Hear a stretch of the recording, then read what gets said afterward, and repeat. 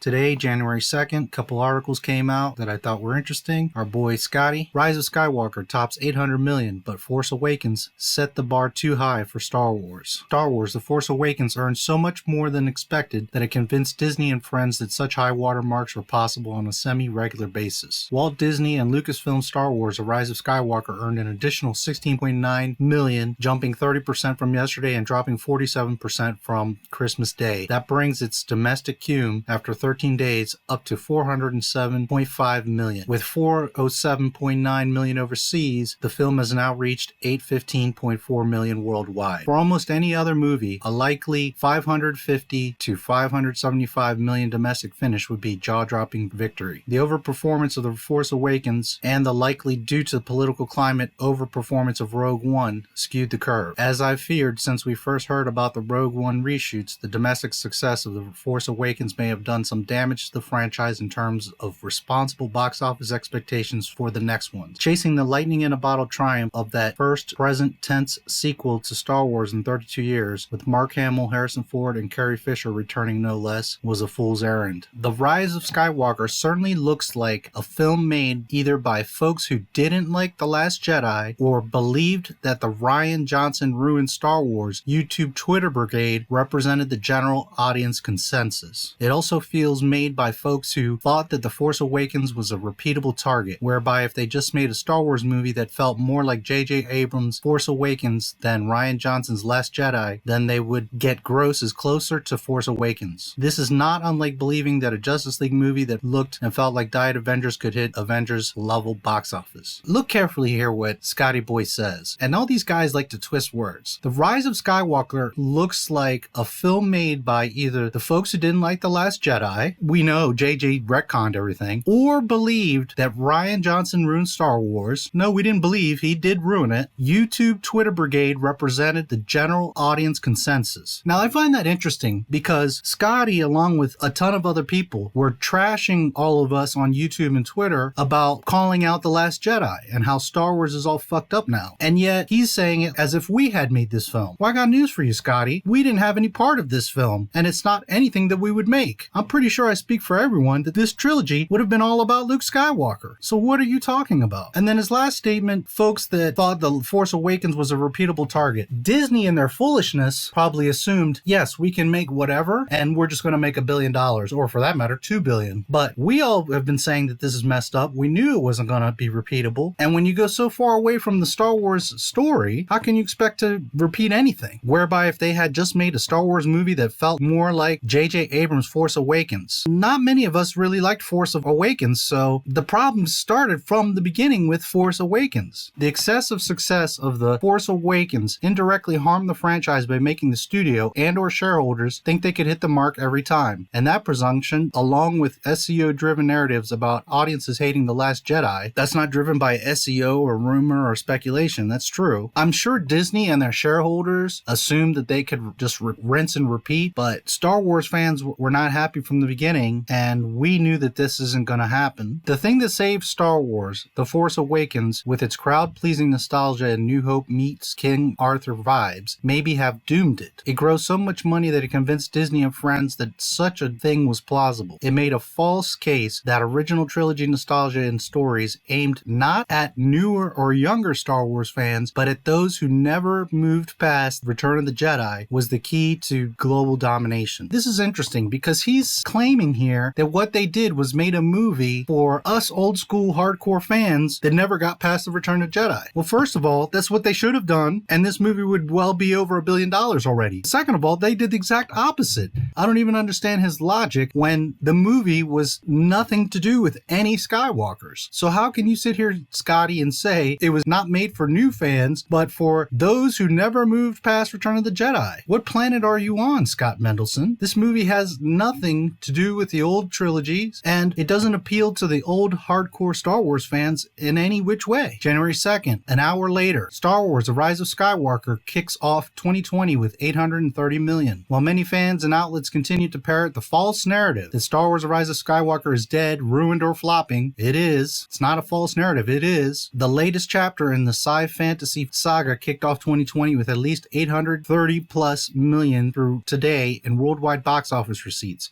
No, actually, you're wording that funny because in the past 2 days, it has not made a lot of money. You're counting everything from December 20th of last year. The Rise of Skywalker will top 890 plus million this weekend, roughly 975 plus million the following weekend, and should pass the $1 million mark sometime around January 19th, if not sooner. The problem here is this should have already passed $1 billion. Obviously, it could wind up higher or lower depending on the weather and on the performance of other big releases. These aren't big releases. Part of what's keeping this movie alive is there's nothing else to see. What are you going to go see, Cats? Box office isn't a measure of artistic quality, of course, but it's certainly a sign that anyone pretending The Rise of Skywalker is a failure or that Star Wars is in trouble are just flat out wrong and can safely be ignored. Now that's just ridiculous because, as I'm going to show you in a minute, every one of these movies is declining. You made $2 billion on Force Awakens, you made 1.33 on The Last Jedi, and now you're struggling to hit $1 billion with Rise of Skywalker, which is number 9 of Star Wars. It should have, in its first few days, first week minimum, made $1 billion. It should have blown out, broken every box office record. It should have totally embarrassed Endgame. And you're sitting here saying that they're not in trouble, that we should just be ignored. What are you talking about? This movie is losing money and is performing worse than the previous two. It's not just the end of a trilogy, it's the end of Star Wars. And you're saying that we should be ignored. There's no denying the fact that the latest chapter in the Skywalker saga will be the lowest grossing entry of the new modern trilogy. See, so you're contradicting yourself. 1 second you're saying it's not in trouble, but yet the closer of the trilogy and the closer of the 9 episodes is the lowest grossing entry. So what are you talking about? But that's a far cry from signaling serious trouble or brand failure. I don't know what planet you guys live on, but this brand is in major trouble right now. Every Star Wars fan is pulling their hair out, and even the non-Star Wars fans are angry at this film. You've got all the Raylos yelling at it. You've got all the critics trashing it. What are you talking about? The Rise of Skywalker will finish its theatrical run as the 3rd highest grossing Star Wars film of all time, behind only The Force Awakens and The Last Jedi. You see how they word things? Of course it is, because we're in a modern era. The previous movies were in the 70s and 80s, then in the early 2000s. We're in 2020, buddy. Of course these are going to be the highest grossing films. So by your own measure, this movie is a failure because it is grossing less than the previous two. And again, it's the closer. If you think that's a sign the latest movie is bad or a failure, and or that it is a sign the franchise is in trouble or has been mismanaged, then I assume you also think Return of the Jedi ruined Star Wars and signaled the demise of the franchise's popularity, since the original trilogy also suffered declining global box office from film to film as well over the years. In just my last video, I showed you guys that Return of the Jedi made the most money. So what are you talking about? Out of the original trilogy, Return of the Jedi made the most profit. So what are you talking about? And is it a sign of trouble? Yes, it's in trouble. And has it been mismanaged? Everybody knows it's been mismanaged. There was no story, no plan. And here we are, people laughing at The Rise of Skywalker. What are you talking about? For 2019, The Rise of Skywalker was the 9th highest grossing film of the year, with its $775 million year-end running total, making it Disney's 7th entry in the year's top 10 grossing films. Disney, by default, their films should end up in the top 10. They're a major studio. They own all the biggest IPs on earth. The key here was the 9th highest grossing film of the year. This should be the 1st highest grossing film of the year by far. It should have doubled Force Awakens and Endgame. This movie in its first week should have made $1 billion and should be closing at $3-4 billion. And right now it is struggling to make it to $1 billion. Again, they like to word things in a way, but when you really look, 9th highest grossing film of the year, that is not a success for Disney or anybody. It's only been 2 days, of course, but for whatever it's worth, and admittedly the answer is not much, so far The Rise of Skywalker has helped 2020 start off ahead of 2019 at the same point in time. Yes, just 2 days so far, including with one of the biggest New Year's Day box office results in cinema history. There's nothing else to see, guy. What are you gonna go see? Cats? I mean, you could see Frozen, but everybody's seen it, and it's not that great of a movie. Jumanji has been out for a while. Everybody's seen it already. We'll see just how strong the Force is with the Rise of Skywalker in the coming days and weeks, but it's already a big success. So whatever complaints we might have and whatever flaws might exist, Star Wars remains a major box office brand. No, it doesn't. On the contrary, it's very damaged, and it is struggling struggling. Let's look at some numbers. This is Box Office Mojo. First of all, he said 830 million. It's here at 815. Now, granted, the last number in is January 1st. Today is January 2nd. So he might have the numbers or an estimate of the numbers. But look here at the overall. It's all red from the beginning. And there's 2 green points. What are they? Christmas Day. Well, of course you're going to make money on Christmas Day and then New Year's Day. So that doesn't even count because any other film played during any other regular part of the year, it wouldn't have gotten all these sales. Of course, on Christmas Day and New Year's Day, the biggest title in the theaters is going to make money. What matters is what has it been doing? And it's just red,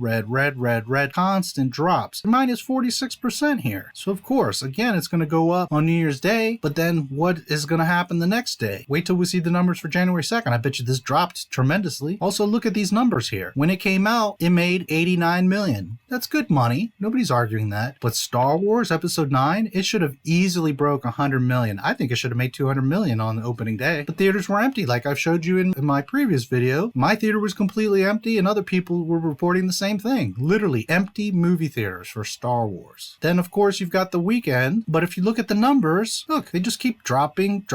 Of course, Christmas Day got a bump, and then it goes right back to dropping. Look, dropping. So you started off at 89, and here you are, you're making 13. Look at this. The 31st, where you got to what is becoming the average, you're at 13. Here, you're only 4 million higher, but that's because it's New Year's, and everybody's off and wants something to do. If this was a regular day, this would probably be 11 million. So this movie is benefiting tremendously from the season, but you can't deny, if you look at the numbers, they're constantly dropping. The proof is in the pudding, folks. This movie is failing tremendously, and it's at 815. So is it going to make $1 billion? Well, it's pretty much inevitable at this point. As much as I hate for it to happen, it's going to happen. Anything could happen, and maybe it won't, but realistically, in the next 2 weeks, it's going to make $1 billion. But the things to keep in mind here are, 1, look how hard it is struggling. It should have done that in its first few days, week tops. We're already past the second week of this movie, second weekend, and it's struggling. These numbers should be, this 815 should be the domestic and the international. It should be over $1 billion already. Is it going to reach The Last Jedi? I don't think so. I think it still might not make $1 billion. And to pick up the extra 0.33 million, I don't know that it's going to make it. So no matter how you slice and dice this, they want to write articles and skew things. This movie is clearly declining day by day by day. It just keeps going down. And remember that the first few days are the most hardcore people that want to see Star Wars. So of course you're going to have something like 89 million, but then it quickly declined. Now you're in the second weekend and you see how it's just dropping off. From Thursday to Tuesday, it's already more than half down. From here on out, you're going to have a few stragglers that didn't see it, 1 or 2 people that want to see it again, but you're going to be fighting real hard for 10 million a day. Really hard. That's an uphill battle for Disney at this point. Notice that the budget isn't here either. I don't know what the average time of when they released the budget to Box Office Mojo, but I find it interesting that the budget isn't here. That's something that Disney does not want to show, because that's another problem. When you're at 815, but you've spent minimum of 500 million between the movie, the reshoots, and the marketing. Just today, everybody's talking about how there's a JJ cut, there's a Kathleen cut, there's a Lucas cut. So they definitely were doing a ton of editing, a ton of reshoots, and I've done videos where the movie was just finished November 25th, barely a month ago. So they've spent minimum of $500 million on this film. I think it's a lot more, but 500 million is being conservative. So what has this movie actually made? Not even domestically, but worldwide. This movie has made $300 million. So there's in no which way, shape, or form is this movie a success. It's a huge failure. Will Disney come out positive? Is it going to lose money like Solo did in the practical sense of it cost X, made X less? No, it's going to surpass that. But the problem here is that it's not going to reach The Last Jedi. It's certainly not going to reach The Force Awakens. And when you've got a budget of 500 million and it's only made 315 over, Disney didn't make any real money. By the time you pay actors and Lucasfilm and all this red carpet parties and all this extra stuff, they're not making any money. They will be lucky if they make $500 million off of this film. Is that a success in 2020 for the end of Star Wars? Return of the Jedi, 1983. It was $32 million. In just its opening, it made $23 million. $309 million.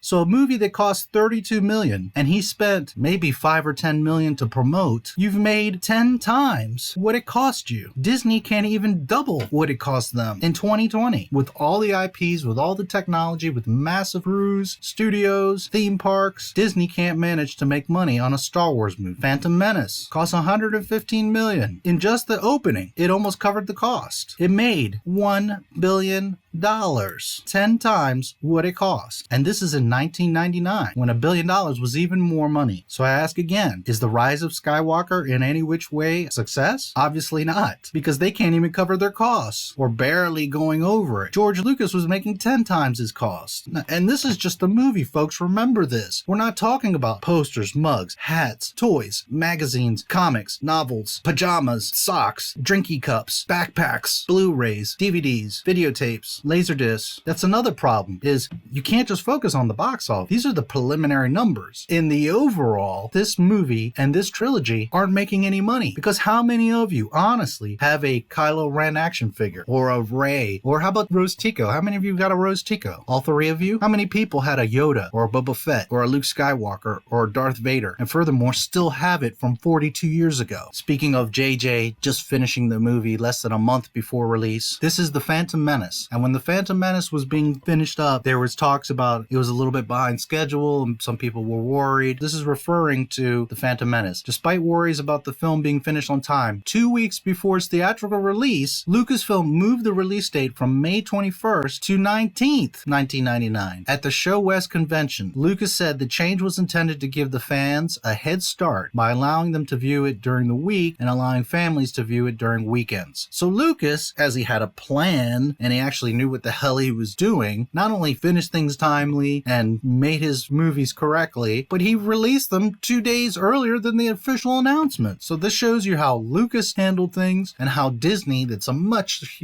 bigger corporation, is handling Star Wars. Revenge of the Sith cost $113. Opening covered the cost. It made $850 million. That's 8 times what it cost, folks. Do the math. 8 times. This is 2005, 15 years ago. You can't look at it like, well, but it didn't make $1 billion. What you got to look at is that he made 8 times. He made $700 million in 2005 off of this movie, and not including Blu-rays and toys and everything else. How many people have a Rose Tico action figure? All 3 of you. How many people have an Anakin action figure? Jar Jar, Naboo playset. In my video from the 29th, I was showing you guys an update of the ratings. You see 55 critics, 425 critics, and it still was at 86 for the audience score with 68,000 reviewers. Today is January 2nd, 2020. Let's look at Rotten Tomatoes. As you can see, 20 more critics, and it has dropped now to 54%. Audience score is up 10,000 more reviews, and it's still at 86%. Myself and many others have long proven that this is a total fantasy and that they are lying for Disney. But again, 10,000 more reviews, and this has not moved. If it went up or down at all, even 1%, we could maybe believe it. If this was 99, which we all know is a lie, but we would be more believing that because there is a change. But when you go from 2,000 at opening to 78,000 reviews and it's at 86 the whole time, Rotten Tomatoes is lying. Let's look at Metacritic that's a little more honest. Critics, 60, 54. Users, 5.0. Now this is 54 out of 100 and 5.0 out of 10. So you can see that people are very mixed and not loving this movie. Let's look at a few of them. Critics. This is the critic score. 19 positive, 4 negative, and look, mixed, 37, double the positives. And I also want you to notice that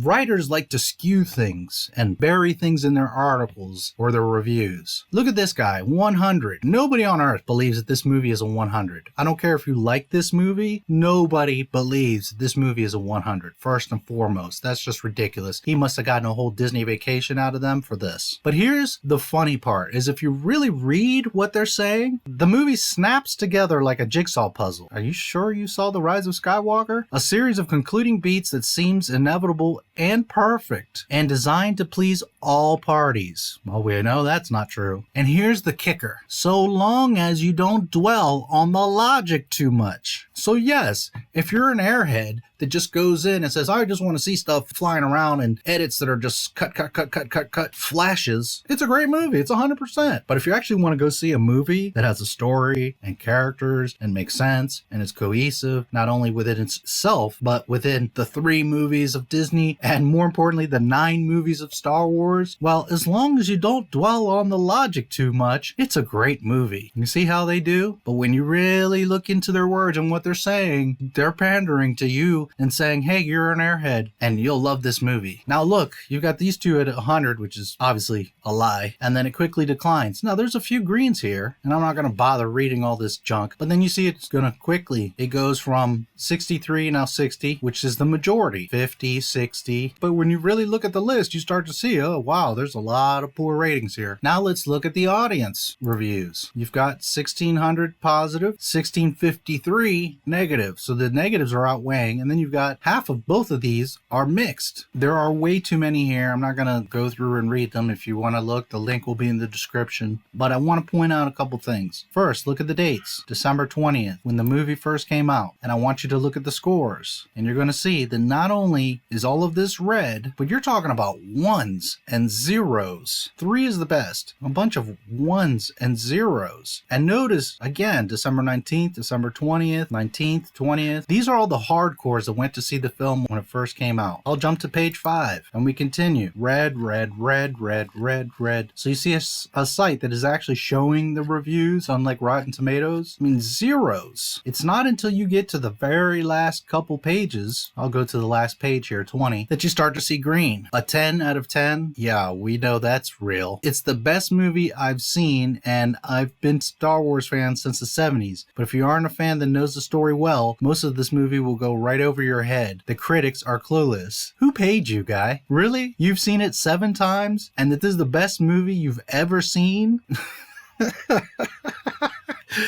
Forget if you're a Star Wars fan or not. You just go to a movie. This is not the best movie that you've ever seen. You're lying. You are lying. And to say that Star Wars fans, this is going over your head, someone that knows the story well, obviously you don't know the story well at all, because 6 movies were about Anakin and Luke Skywalker, and now they have nothing to do with either. In fact, they destroy Anakin and Luke Skywalker. So what the fuck are you talking about? Now we start to see the real reviews. They wrote themselves into a corner, nothing but eye candy. So there's a ton of stuff here. I'm not going to waste time reading this stuff. You all get the idea. People are all saying it's a mess. You can't go by this because people sometimes feel bad for rating it low. You have to really read what they write. It's not a great movie, but I felt so many emotions seeing Leia for the last time. Adam Driver's Kylo Ren is simply amazing, and I enjoyed Rey for once. But I have to say that this type of fan service is simply bad. And then you see also here, well, I can put 1.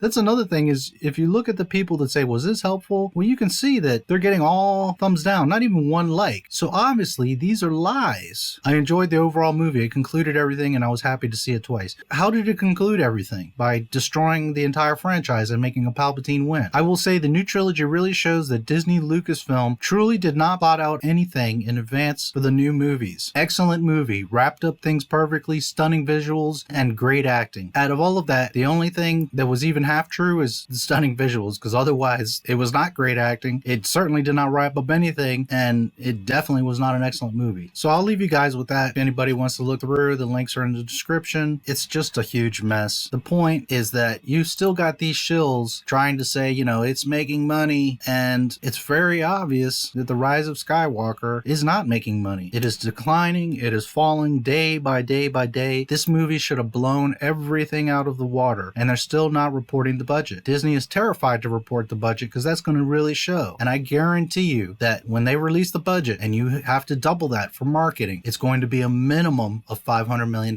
So you need to look at that. What is 815 minus 500 million? They've made 315. And once this movie's over, yeah, they're going to sell 3 Rey dolls, but they're not going to make millions of dollars off of toys. So this movie is a loss. Disneyland and Disney World, the Star Wars attractions are empty, they're breaking down. This movie is a loss. No matter how you look at it, no matter how you want to defend it, it is a loss. It should have made $1 million right from the beginning. It should be well over this at this point, and it's just proof that Disney has no clue of their own audience or how to handle Star Wars. I hope you guys enjoyed this update. I thank you again for watching. Please like, subscribe, and comment on the video. May the Force be with you.